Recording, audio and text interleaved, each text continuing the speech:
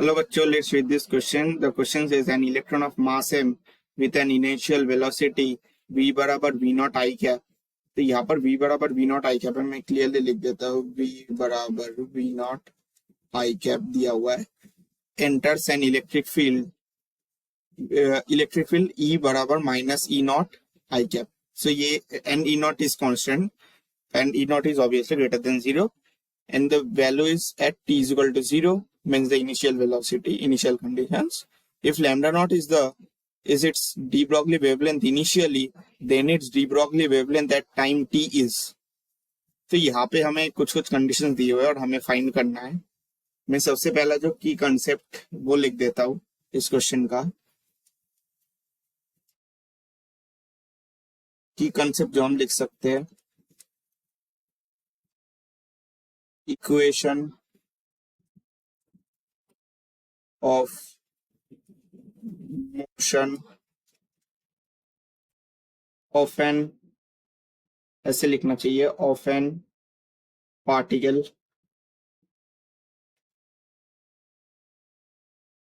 in presence of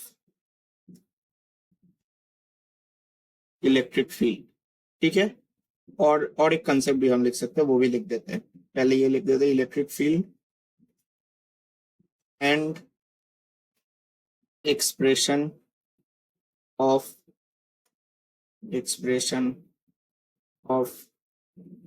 de Broglie wavelength. अब हमें पता है कि डी ब्रॉगली वेवलेंथ का भी एक्सप्रेशन यहाँ पे यूज हुआ, क्योंकि डी ब्रॉगली वेवलेंथ के रेस्पेक्ट में भी बहुत कुछ दिया है. डी ब्रॉगली वेवलेंथ के रेस्पेक्ट में भी बहुत कुछ पूछा हुआ है इनिशियल और फाइनल में. अब देखिए, आपको एक चीज समझना होगा कि यहाँ पर जो सिनेरियो है वो पहले ड्रॉ कर लेते हैं, और ऑब्वियसली जी को हमें कंसिडरेशन में नहीं लेना है. इसे आप ऐसे समझ सकते हैं कि एक्सप्रेशन में भी कहीं पर भी आप देख सकते हैं, कहीं पर भी जी नहीं दिया हुआ है, और सिमिलरली आपको जी में ऐसे कंडीशंस में कंसिडर भी नहीं करना होता है. अब देख लेते हैं, इनिशियली ये पार्टिकल, इसे हम इलेक्ट्रॉन मान लेते हैं कंसिडर. अब इनिशियली इसका वेलोसिटी जो था वो था आपका v नॉट. अब मैं पहले डायमेंशन ड्रॉ कर लेता हूँ. ये आपका आई कैप मान लीजिए, और हमें पूरा जो कार्यक्रम है वो आई कैप के मतलब आई कैप में ही आपका होगा.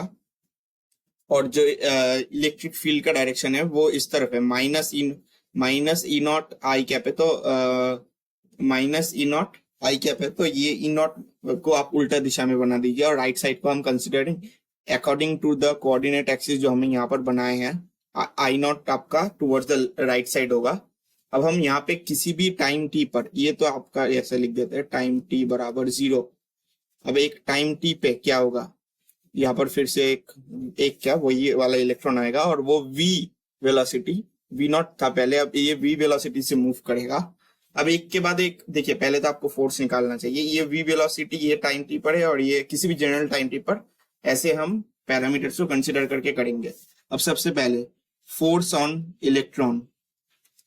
अब फोर्स का जो एक्सप्रेशन होता है वो हमें पता है, QE होता है, चार्ज इनटू इलेक्ट्रिक फील्ड. अब हमें पता है कि यहाँ पर माइनस ई लिख देते हैं, क्योंकि इलेक्ट्रॉन दिया हुआ है. आप अच्छे से देख लीजिए, ये आपको फोकस करना होगा, चार्ज नेगेटिव में है. अब इलेक्ट्रिक फील्ड माइनस क्या था, minus E naught I cap था ना, तो ई नॉट और आई कैप बाहर लिख देते. तो माइनस से माइनस गया, माइनस से माइनस आपका चला जाएगा, और ऐसे लिख देते हैं, छोड़ दीजिए, माइनस से माइनस आपका चला जाएगा. तो ये क्या आ जाएगा, ई नॉट आई कैप. और यहाँ पर जो मेन चीज है मैं यहाँ पर ड्रॉ कर देता हूँ. अब ये इलेक्ट्रॉन है, ये नेगेटिव चार्ज है, ऐसे लिखते हैं, नेगेटिव चार्ज. ऑब्वियसली हमें पता है इलेक्ट्रॉन का चार्ज नेगेटिव होता है. तो पहला तो फोर्स पीछे लगना चाहिए था, पर अब फोर्स आगे लगेगा क्योंकि नेगेटिव चार्ज है इलेक्ट्रॉन का. आई कैप ही होगा ये, ई नॉट आई कैप. हम यहाँ पर एक्सप्रेशन से भी समझ सकते हैं, सिंस चार्ज ऑफ इलेक्ट्रॉन जो होगा वो माइनस ई होगा. चार्ज ऑफ इलेक्ट्रॉन माइनस ई, ऐसे लिख सकते हैं. ठीक है. अब लिख देते हैं जो हमारा एक्सीलरेशन का एक्सप्रेशन होगा, फोर्स बराबर mass into acceleration according to Newton second law. E naught अब एक्सेलरेशन जो होगा उसका भी direction E naught upon M I cap, ठीक है। एक्सेलरेशन इन फॉरवर्ड डायरेक्शन ये भी आपका हो गया। अब इसको भी रेड से लिख देते हैं, छोड़ दीजिए आप यहाँ पे, मास इनटू एक्सेलरेशन, ठीक है। सो आपका एक्सेलरेशन आ गया टुवर्ड्स फॉरवर्ड डायरेक्शन। अब यहाँ से हम अकॉर्डिंग टू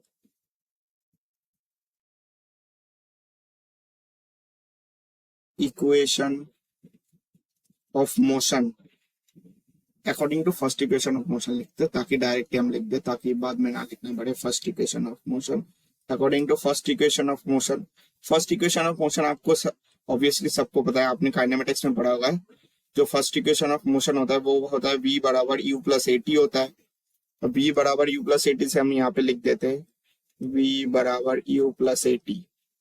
तो u तो आपका initial velocity v naught plus E naught upon M T, ये आपका v का मतलब velocity at any time t का एक्सप्रेशन आ गया। तो यहाँ से अब हम नेक्स्ट पेज में जो लैम्डा और उसके रिलेटेड वैल्यूज है वो लिख देंगे, जैसे लैम्डा नॉट इनिशियल है और हमें पूछा है de Broglie lambda eight any time t। अब given initial t Broglie wavelength क्या है वो लिख देते हैं, that is lambda naught. Therefore, final de Broglie wavelength at any time obviously लिखना चाहिए, नहीं तो कंफ्यूज हो जाएंगे आप लोग। at any time, ये क्या हो गया, at any time t, किसी भी t में क्या होगा वो लिख देते हैं, दैट इज लैम्डा बराबर, और हमें पता है, मैं यहाँ पर फिर से लिख देते हैं h अपॉन एम वी होता है, तो h upon M into V naught होगा क्योंकि इनिशियल वेलोसिटी वी नॉट था। अब यहाँ पे लैम्डा का एक्सप्रेशन जो होगा वो होगा h अपॉन एम वी। तो हम ऐसे लिख सकते हैं, जो h और m तो ऑब्वियसली कांस्टेंट है, ये तो Planck's constant and mass of the electron upon velocity, किसी भी टाइम टी पे हमने क्या निकाला था, वी नॉट प्लस, ये तो ऑब्वियसली जनरल एक्सप्रेशन है, ई नॉट अपॉन एम टी। तो इसको अगर आप निकालेंगे तो क्या आता है आपको देखना होगा अच्छे से। अब हमें देखते कि कैसे एक्सप्रेशन दिया हुआ है। तो h upon M V naught ऐसे दिया है ना, तो ये कर देते हैं एम वी नॉट, हमें लैम्डा नॉट भी पता है, लैम्डा नॉट दिया हुआ है h upon M V naught, तो ये भी हमें एक्सप्रेशन में इंक्लूड करना होगा, उसी हिसाब से हम कर देते हैं h upon M V naught E naught T, ठीक है। यही आ गया ना, आप देख लीजिए अच्छे से। तो ये आ गया एक्सप्रेशन। अब ऊपर से ऊपर नीचे डिवाइडिंग ऐसे लिख देते हैं, dividing now dividing by M V naught. अगर आप एम वी नॉट से डिवाइड करेंगे तो वो आपका लैम्डा नॉट का एक्सप्रेशन आ जाएगा, वी नॉट।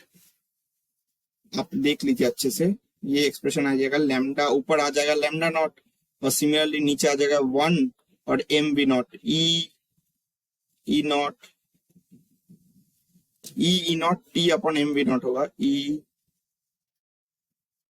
अभी आप जब ऊपर नीचे एम वी नॉट से अगर आप जब डिवाइड करेंगे क्या आता है, H upon M V naught obviously lambda naught हो जाएगा, और नीचे भी आप देखिए 1 plus E naught T upon M V naught. So this is basically the final answer. ये आप ऑप्शन में देख लीजिए, ऑप्शन में अगर आप देखेंगे 1 2 3, हाँ ये आपका जो ऑप्शन आ रहा है। So the final answer to this option question will be option number C. Hope you understand the solution well and best of luck.